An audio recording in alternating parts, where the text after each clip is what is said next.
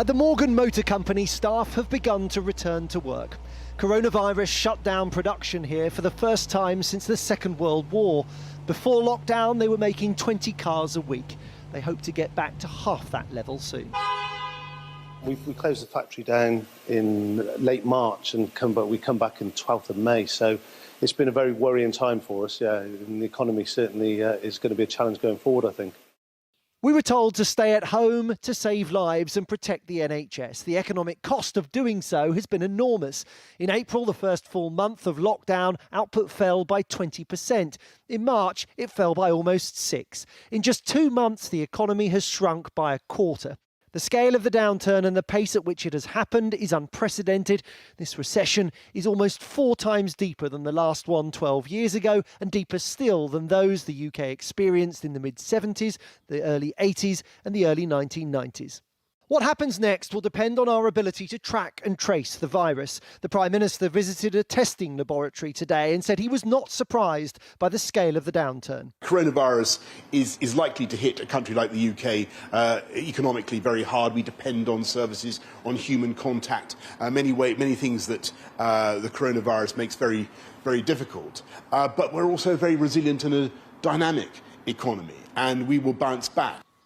April was awful, but in May restrictions began to ease and there are signs of activity picking up. But the absence of a vaccine is likely to hold the recovery back. The government's challenge is to reopen the economy in a way that maximises growth without causing a second wave of infections. The government says we should keep 2 metres apart, but the World Health Organization says 1 metre is a safe social distance. Pubs and restaurants warn of job losses unless the rules are relaxed. The whole of the rest of the world says that is a safe distance to be in this sort of pandemic environment, except the UK and a couple of other countries. That is the difference between saving about 2 million jobs in this sector. What would 2 metres social distancing? How many of your 320 pubs reopen? At best, a third, maybe a half, but whether they're viable or not is another matter. The government says it will exit lockdown cautiously, but the longer restrictions last, the more likely it is the economy will end up permanently scarred. This whole question about how much long-term damage is there going to be, and that's the thing that we have to be very focused on, because, of course, that's where jobs get lost and that's where damage is done to people's livelihoods.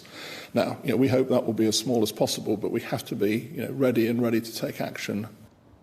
Unemployment is rising, but thanks to government support, almost 9 million jobs, which could have disappeared, have been furloughed instead. However, if mass redundancies are to be avoided, we need activity to surge back into life as lockdown ends. Most economists don't think that will happen. Most of the rest of this Parliament is going to be taken up with the struggle to get the economy back to decent health, which I trust is successful. But the idea we're going to have a quick bounce back, I personally will be very, very surprised. Morgan believes it will get back to where it was before the crisis began in a year's time. If the British economy manages the same, it will be a significant achievement. Joel Hills, News at 10.